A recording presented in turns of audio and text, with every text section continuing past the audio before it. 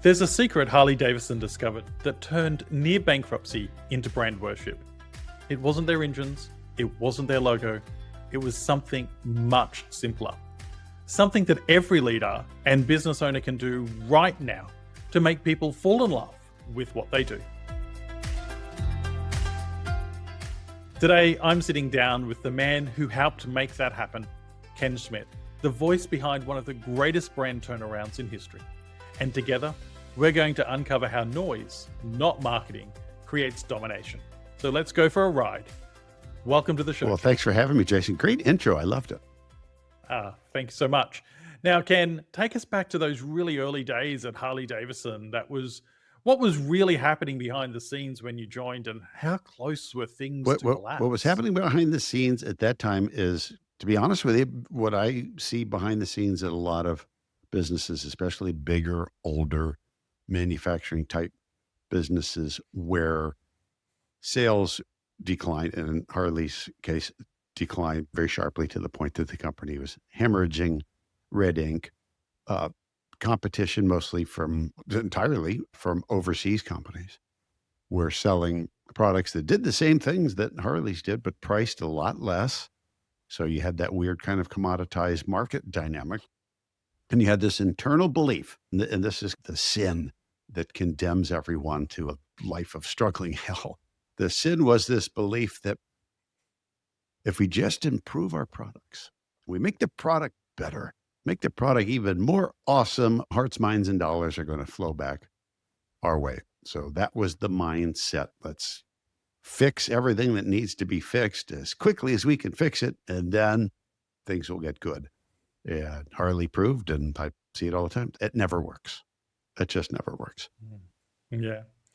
So what was that first moment that you realized that the company had to stop focusing on the product and start creating a sense of belonging? A great question, because what started to happen, that there was a very intensive effort within the business to improve the quality, reliability, rideability of the motorcycles. And that was indeed happening and became the subject of all these manufacturing renaissance stories and books that were written about how the struggling company did that. And the big aha moment, if I can get away with such a wee cliche there, was when the new engines were introduced and new chassis were introduced, that the motorcycle industry, the motorcycle media, who were staunchly anti-Harley by that point, were putting Harley on the covers of all the magazines. These are the best bikes being built in the entire world. And everybody were celebrating and yay, victory, the hard times are over. And you would have thought, giving all this incredible praise, that everybody was going to be charging into Harley dealerships to buy new bikes. And yeah, a bunch of people did come in, especially people who'd been sitting on the fence and maybe considering it. But there was no tsunami of bodies coming in. And I was like, what else are we supposed to do? We're giving the market the best stuff and they're not buying it. And what was interesting is we made some very happy accident discoveries, things that we had not intended to see happen, that were born out of, frankly, desperation. And what we did was an internal conversation. We were saying, if people could just ride one of these things, they'll see for themselves. They'll see what the people at the bike magazines are seeing. They'll see just what a great bike it is. So we took all of the money that had been earmarked for marketing, which wasn't much because the company was essentially broke, but we stopped all marketing, all advertising, all promoting, all discounting, all dealer co-op stuff, and invested that money in leasing 2 semi-trucks that we could load with bikes and take out in the field. Blue collar cities in America, your Clevelands, your Detroits, auto industry type town, and put the signs up, and anybody that wanted to take a bike for a ride could come and take one for a ride. And what we discovered was a couple of magical things happened. First, we were getting tremendous feedback, unprompted feedback from riders that, like, wow, this is the first time we've ever stood toe to toe with people from the factory. We've been in dealerships, but we've never seen the people behind this stuff. And what a lot of them immediately did was lapse into complaining. Let me tell you how disappointed I've been in what you've done to this brand. Your logo's been tattooed on my body since the Korean War, and you don't race anymore, and you don't support warranties anymore, and the quality's gotten so crappy. And we would go back and report to, at that time, the senior leadership and say, people want to tell us what they think of us. And they've never had the opportunity to do it. But at the same time, they're also telling us what they would like to see us do. What would happen if we got every member of the senior leadership committee? You're going to work with the demo truck next week. You're going to stand and talk to all these customers. And yeah, you're going to get some high fives and positive comments on the new stuff, but you're also going to hear this negative stuff. Because if I'm telling you, Jason, what somebody else is upset about, it bounces off, right? So it sucks for them. But when the person who's upset is telling you directly, it hits you right in the heart, right in the gut. Wow, these people are upset with us, but they want to see us do better. They're upset with me. I don't like the way that makes me feel. We need to turn this around. And that's when we made the first kind of decision that would pay dividends for the next 40 years is we're going to be the most visible, hands-on people in our industry and constantly ask people what they want to see us do. Because, and the big discovery was 100% of people, if they're standing right in front of you and you ask them a question, they'll answer the question. They're not going to fill in the survey or you're going to get weak information that you can't act on. But wow, when they're telling you, I need the handlebars bent up higher so I don't have to reach so far. I need them wider. I need them lower. I'm tall. I can't reach. Whatever these things are, that was all simple stuff for us to do. I would just punch a few buttons on a CNC machine and we can bend bars that way or bend levers that way. Things started to click. And again, I'm so sorry for such a long wandering answer here, but that was when the discussions of being more human as a business took hold, when customers were saying that they felt like they knew us, or I talked to somebody at the factory. I know them. I know how hard they're working now. The impact that has on the reputation of a business, where most businesses are completely invisible to their customers. It gave them something to talk about, a reason to like us, to prefer us, to root for us, if you will, and come back and spend more time with us. So then we basically just said, all right, let's weaponize this. When you were sharing that insight with us, I was thinking how true it is that it doesn't matter how great a product is. On paper, it can be the best product in the world, but until someone gets a chance to experience it, they really don't understand it.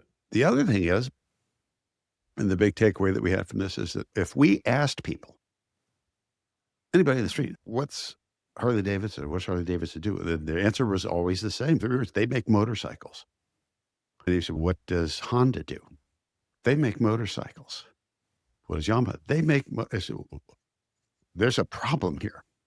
And the problem at the end of the day, if all you're known for is what you do, 99 times out of 100, it's really obvious what you do. You're a plumber. You make software, whatever. If all you're known for is what you do, you're not competitive, because people need to be able to attach human qualities to a business. If you want to be seriously competitive, if you want to build loyalty, if you want to have resonance, if you want to deliver things for customers and potential customers that they remember and come back for more of an experience, that needs to be the focus of your effort. They need to see that happening. And absent that human face, absent the human quality, you're a company that makes stuff. And I'm sure it's really good, but you better price it a little bit lower than the other guys that are also making that really good product, or I'm not going to buy from you. Yeah. So for those listening along to the show, watching the show at the moment, what you might not know about Ken Schmidt is not only has he been in the trenches and done the work, he's now helping organizations across the world transform the way they create or gain attention on their brand. One of the ways he does that is as a keynote speaker, and I've been blessed to be in the room with Ken delivering a stellar keynote presentation. And I know, Ken, during your talks that You mentioned that people aren't loyal to products, they're loyal to people. Why do so many brands still get this completely wrong, regardless of the fact that there's experts like you that have done it and proved that it is really that human touch that makes a It's difference? kind of nice thing that people have, but it's misguided. And they're so proud of what they're doing. And rightly, so. They work really hard to make and to produce or to sell or promote whatever it is that their business exists to do. And they are fully convinced that that's the attractant. Or, they came up in the business. I've been making furniture in my family for 3 generations. This is what we know how to do. And when you try to explain to people that, again, what I said earlier, if all you're known for is what you do, you're not competitive, they always take a half a breath because they're reacting like they want to punch you in the nose. But at the same time, they think, hey, wait, maybe he's right here. This is something that we don't think about. And we market and we do all the traditional stuff that we're supposed to do. And we go to the trade shows and we show our stuff and we have our website and our brochures and our marketing people and our salespeople. We do all of that, but it's virtually identical to what the people we're competing against are doing. And they don't look at the business from the outside in, because if they did, they'd realize that, geez, we're kind of lost in a sea of vanilla where everybody looks the same. Everything's good. Everything's reliable. All these people are trustworthy, but I don't have any reason to like you over your competitor. So I'll go on low price. That's why Amazon exists. Yeah, but nonetheless, Amazon still has a very strong focus on that Oh, customer yeah. experience. They might, in many categories, be the cheapest in the category. But even if they're But not, that customer belief that nobody in the retail world has done anything for me that I like or prefer, has done anything to foster it with me or have any real level of human engagement or the kind of experiences that I think are positive and worth returning for. So I'll just hit a few buttons and be done.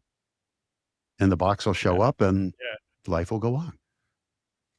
And if you're not happy with that box, unlike the Yep. retail experience, 5 seconds later, you can have your return, Poof, no it's gone. questions Yep. asked, Beautiful. gone. Yeah. Talk about being customer. I think it's unfortunately, one of the few examples of a company that has tested the time and remained passionate or committed to that ethos of we've got to get it right for the customer.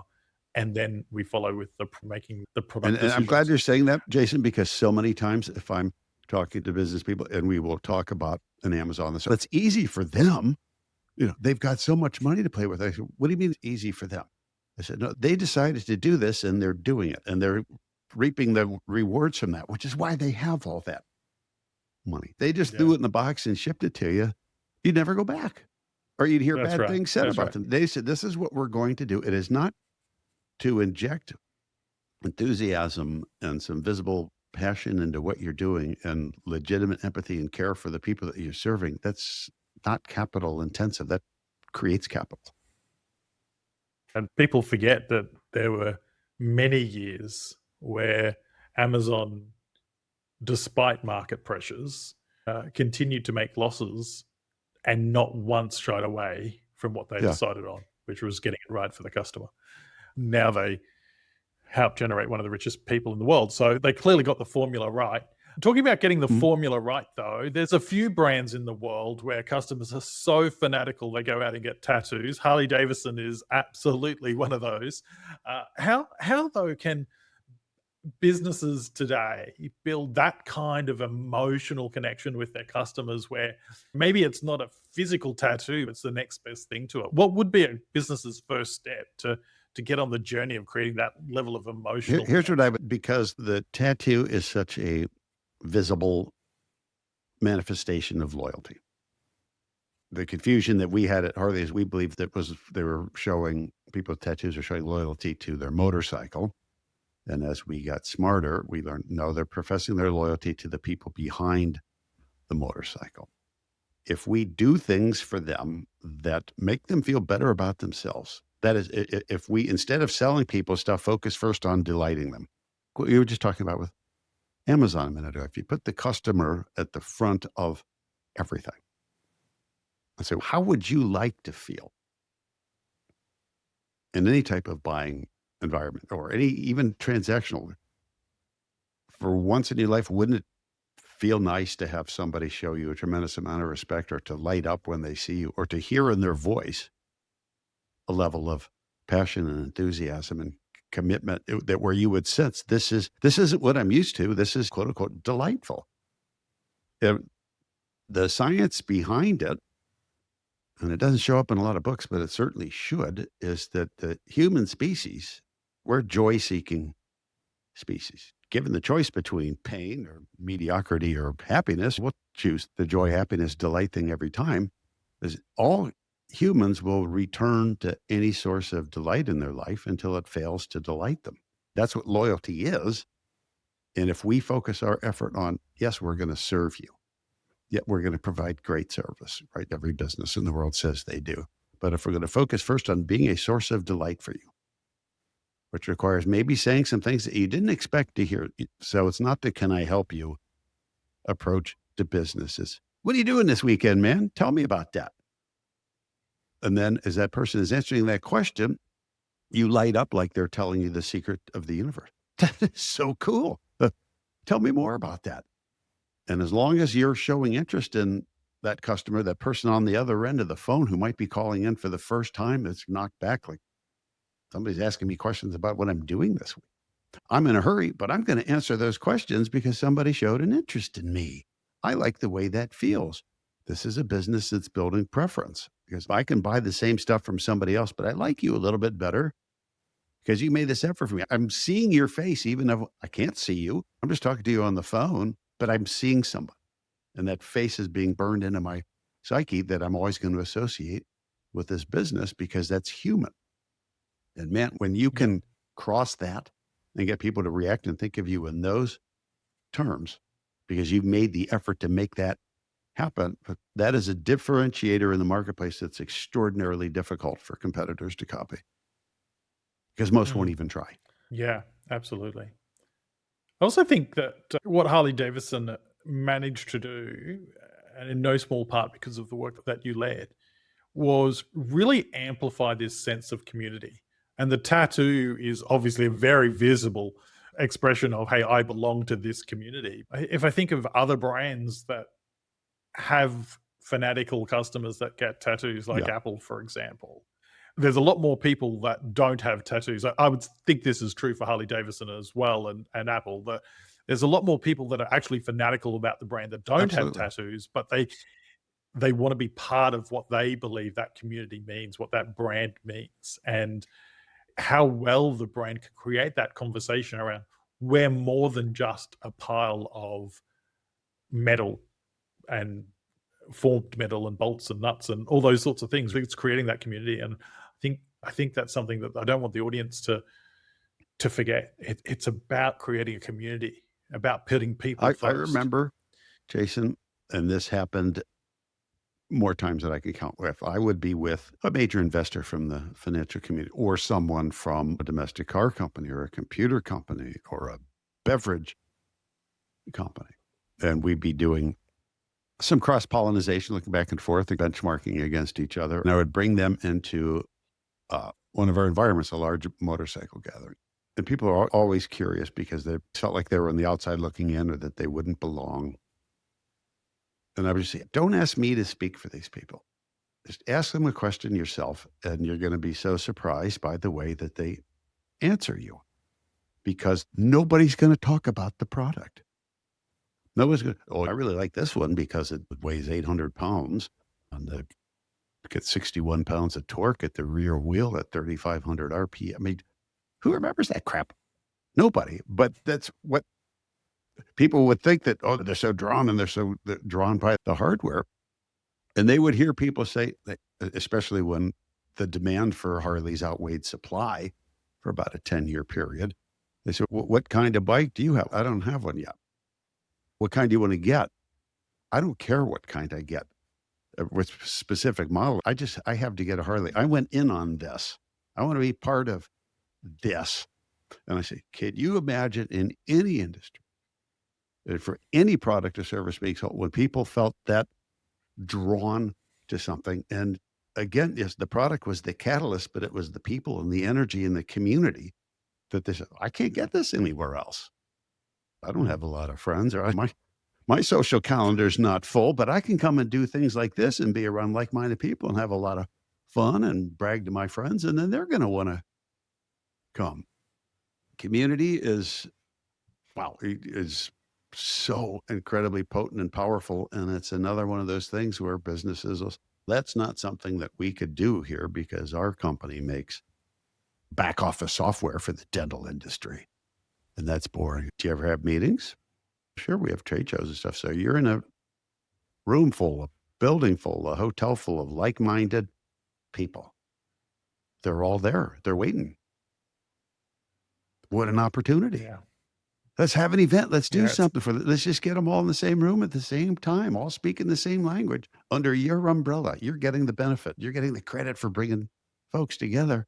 Why wouldn't you want to do that? Yeah. Why wouldn't you indeed? So, Ken, you've said before that every business must answer three Yes. questions. What do people say about you? What do you want them to say? And what are you doing to make them say it? Which of those three questions is the hardest for leaders to face honestly, and why? I would say number 2, which is what do you want them to say? And I know that because when I'm consulting or doing training with a business, if I'm speaking just with the executive leaders of the business, picture 6 people sitting around a boardroom table. And I'll say, everybody pull out a pen and a piece of paper. You're going to have a little quiz. And I want you to imagine right now that somebody that you or someone from this business has spoken with somewhere along the line, last week, last month, last year, as a prospect, it was a customer. But it's somebody that you would claim that your business has a relationship with because there was some conversation, some engagement. Could be a long-term customer. And that person's sitting on a flight, on a plane next to a human being that you would envision as the single greatest, biggest, most important customer that you could ever have. This is a whale.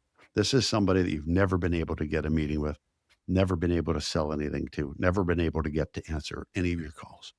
But having this person as a customer would change everyone's life, millions of dollars of business. And that person is explaining a problem that he's having at his business to this other person who you claim knows you. And that person knows that you could solve this person's problem. You could sell them what he's or she is looking for. What would you want this person who knows you to say about your business in this extraordinarily important conversation? And you have 60 seconds to write down your answer. Give them 60 seconds because if I gave more, they'd think about it too much.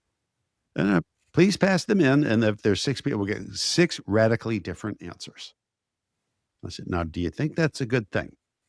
That the people in charge here, the people running the business here, don't know how you wish to be described and remembered in the market, spoken of in important conversations like this that you know are happening at every trade show in the world right now.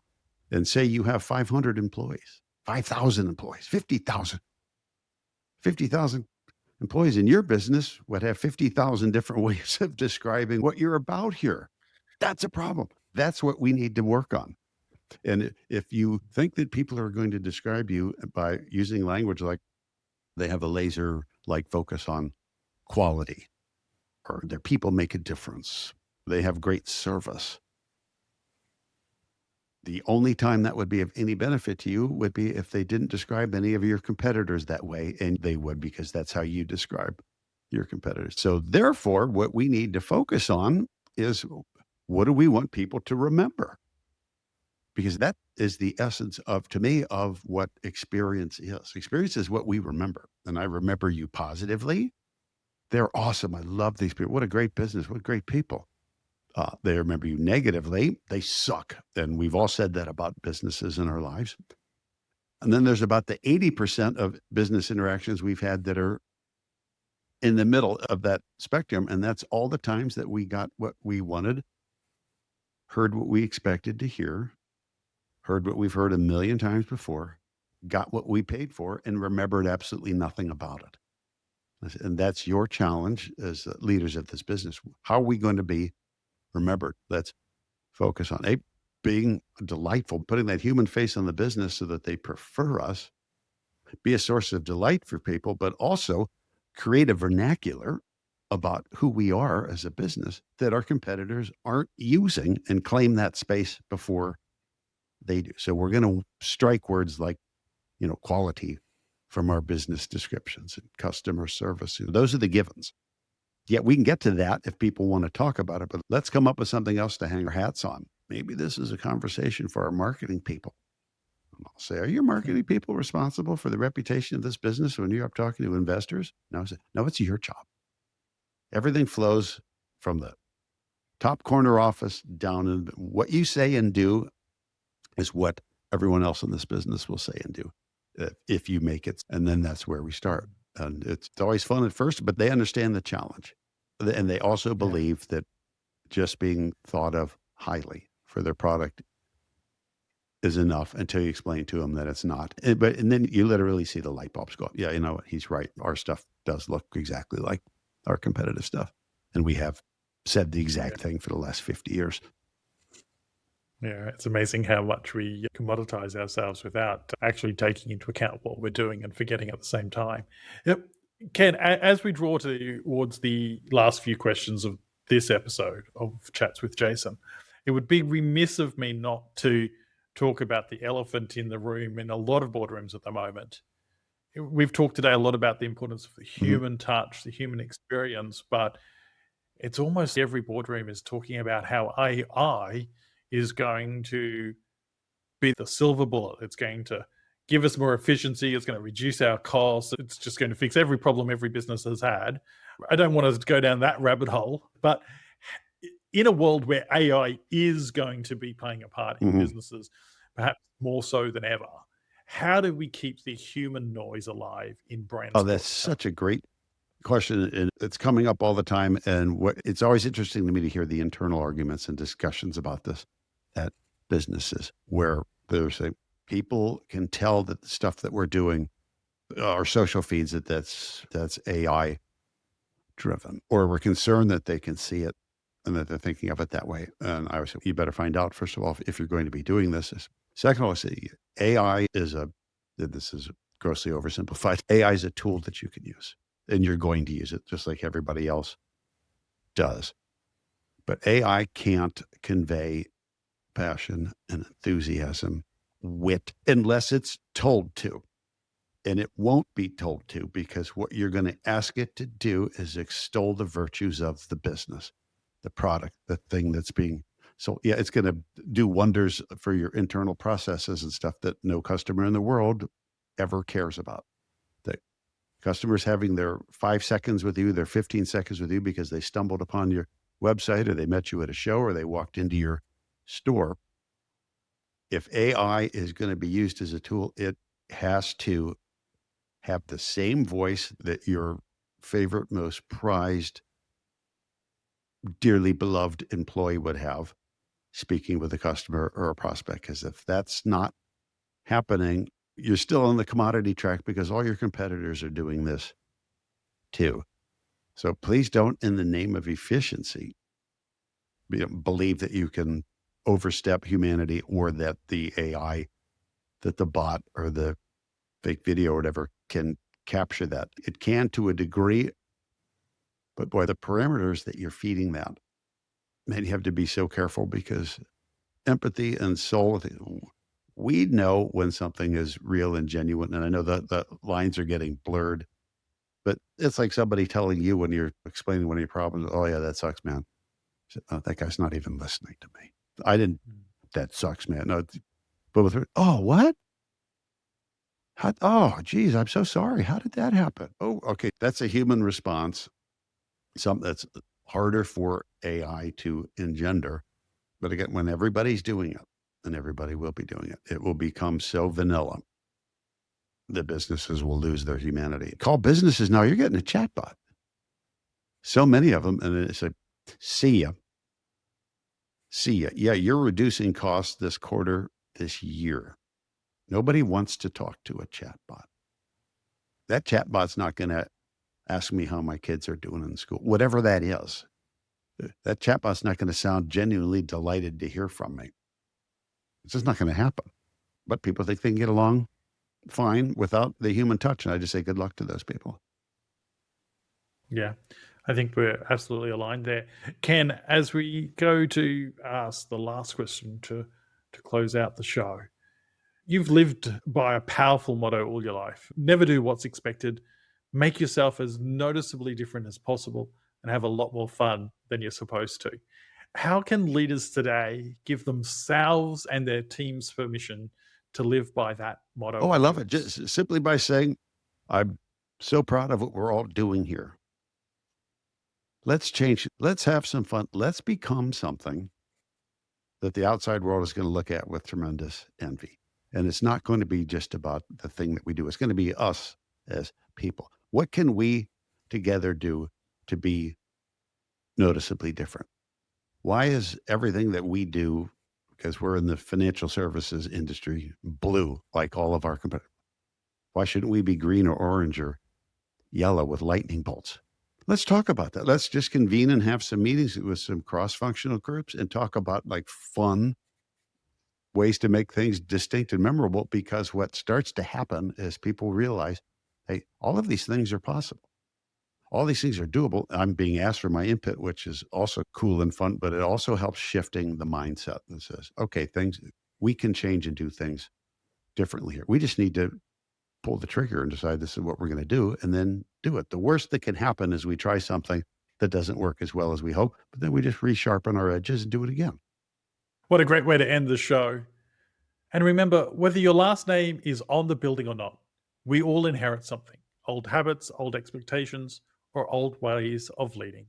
But the true successor isn't the one who repeats the past, it's the one who dares to Hear, reimagine it. hear.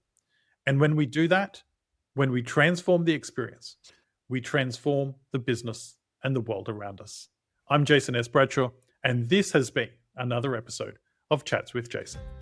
Hey, just quickly, I wanted to reach out and say thank you for taking the time to listen to this episode of Chats with Jason.